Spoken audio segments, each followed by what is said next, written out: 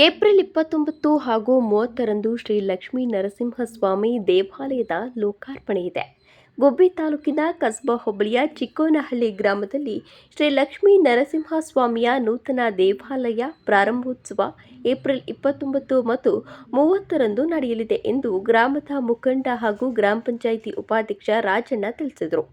ಶ್ರೀ ಲಕ್ಷ್ಮೀ ನರಸಿಂಹಸ್ವಾಮಿ ದೇವಾಲಯದ ಆವರಣದಲ್ಲಿ ಸುದ್ದಿಗೋಷ್ಠಿಯನ್ನು ನಡೆಸಿ ಮಾತನಾಡಿದ ಅವರು, ಏಪ್ರಿಲ್ 29 ಹಾಗೂ 30ರಂದು ದೇವಾಲಯ ಉದ್ಘಾಟನೆಗೊಳ್ಳಲಿದ್ದು, ಏಪ್ರಿಲ್ 30ರಂದು ನಡೆಯುವ ಧಾರ್ಮಿಕ ಕಾರ್ಯಕ್ರಮಕ್ಕೆ ಶಾಸಕ ಎಸ್ಆರ್ ಶ್ರೀನಿವಾಸ್, ಕೇಂದ್ರ ಸಚಿವ ವಿ ಸೋಮಣ್ಣ, ಶ್ರೀ ಸೋಮಶೇಖರ ಸ್ವಾಮೀಜಿ, ಹಿರೇಮಠದ ಶಿವಾನಂದ ಶಿವಾಚಾರ್ಯ ಸ್ವಾಮೀಜಿ ಸೇರಿದಂತೆ ಜನಪ್ರತಿನಿಧಿಗಳು ಭಾಗವಹಿಸಲಿದ್ದಾರೆ.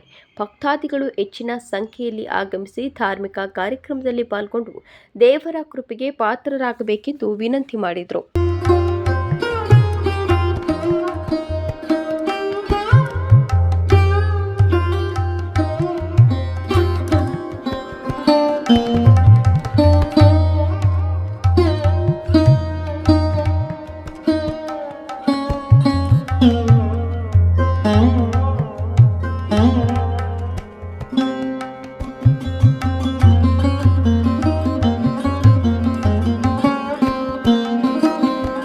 ಬಹಳ ವಿಜೃಂಭಣೆಯಾಗಿ ನಡೀತಾ ಇದೆ.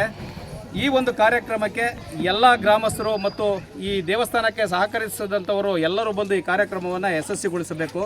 ಮತ್ತು ಈ ದೇವಸ್ಥಾನ 1964ರಲ್ಲಿ ನಿರ್ಮಾಣವಾಗಿದ್ದಂಥ ಒಂದು ದೇವಸ್ಥಾನ ಶಿಥಿಲಾವಸ್ಥೆಯಲ್ಲಿತ್ತು. ಇಂಥ ಒಂದು ಸಂದರ್ಭದಲ್ಲಿ ನಾವು ಗ್ರಾಮಸ್ಥರೆಲ್ಲೂ ಸೇರಿಕೊಂಡು, ಅಂದರೆ ಕಡೆಪಾಳ್ಯ, ನಡ್ಲುಪಾಳ್ಯ, ಚಿಕ್ಕೋನಹಳ್ಳಿ ಗ್ರಾಮಸ್ಥರು ಎಲ್ಲ ಸೇರಿಕೊಂಡು, ನಮ್ಮ ಯಜಮಾನರು ಏನಿದ್ದಾರೆ, ಯಜಮಾನರಿಕೆ ಇದೆ ನಮ್ಮಲ್ಲಿ ತಿಗಳ ಜನಾಂಗದಲ್ಲಿ, ಆ ಯಜಮಾನರು ಎಲ್ಲ ಸೇರಿಕೊಂಡು ಒಂದು ತೀರ್ಮಾನ ತಗೊಂಡು ಭಾಳ ಶಿಥಿಲಾವಸ್ಥೆಯಲ್ಲಿದೆ ಈ ದೇವಸ್ಥಾನ, ಏನಾರ ಮಾಡಿ ಒಳ್ಳೆ ದೇವಸ್ಥಾನ ನಿರ್ಮಾಣ ಮಾಡಬೇಕು ಅಂತ ಹೇಳಿ ಈ ದೇವಸ್ಥಾನ 1964ನೇ ಇಸ್ವಿ ಆಗಿದ್ದಂಥ ದೇವಸ್ಥಾನ ಇವತ್ತೆಲ್ಲ ಶಿಥಿಲ ಆಗಿದ್ದಂಥ ಎಲ್ಲ ತೆಗೆದು ಮಾನ್ಯ ತಹಶೀಲ್ದಾರರು ಮತ್ತು ಎಲ್ಲರ ಗಮನಕ್ಕೆ ತಂದು, ಇದು ಮುಜರಾಯಿ ದೇವಸ್ಥಾನ ಆಗಿರೋದ್ರಿಂದ ಅವನ್ನೆಲ್ಲ ಸಹಕಾರ ತಗೊಂಡು ಇವತ್ತು ಈ ದೇವಸ್ಥಾನ ಭಾಳ ವಿಜೃಂಭಣೆಯಿಂದ ಕೆತ್ತನೆಯಾಗಿ ಭಾಳ ರಾರಾಜಿಸ್ತಾ ಇದೆ.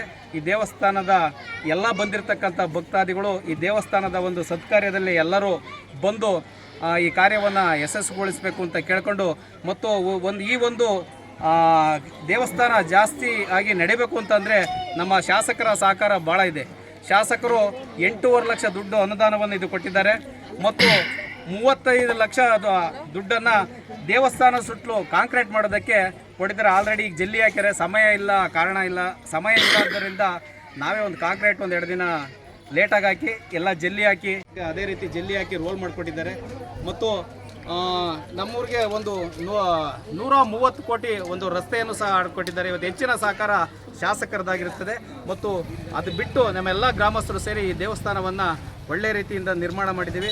ದಯಮಾಡಿ ಎಲ್ಲರೂ ಬಂದು ಈ 3 ದಿನದ ಕಾರ್ಯದಲ್ಲಿ ಭಾಗವಹಿಸಿ ಈ ದೇವಸ್ಥಾನದ ನೂತನ ಪ್ರಾರಂಭೋತ್ಸವವನ್ನು ನೆರವೇರಿಸಿಕೊಡ್ಬೇಕು ಅಂತೇಳಿ ಎಲ್ಲ ಗ್ರಾಮಸ್ಥರಲ್ಲೂ ಮತ್ತು ಭಕ್ತಾದಿಗಳಲ್ಲೂ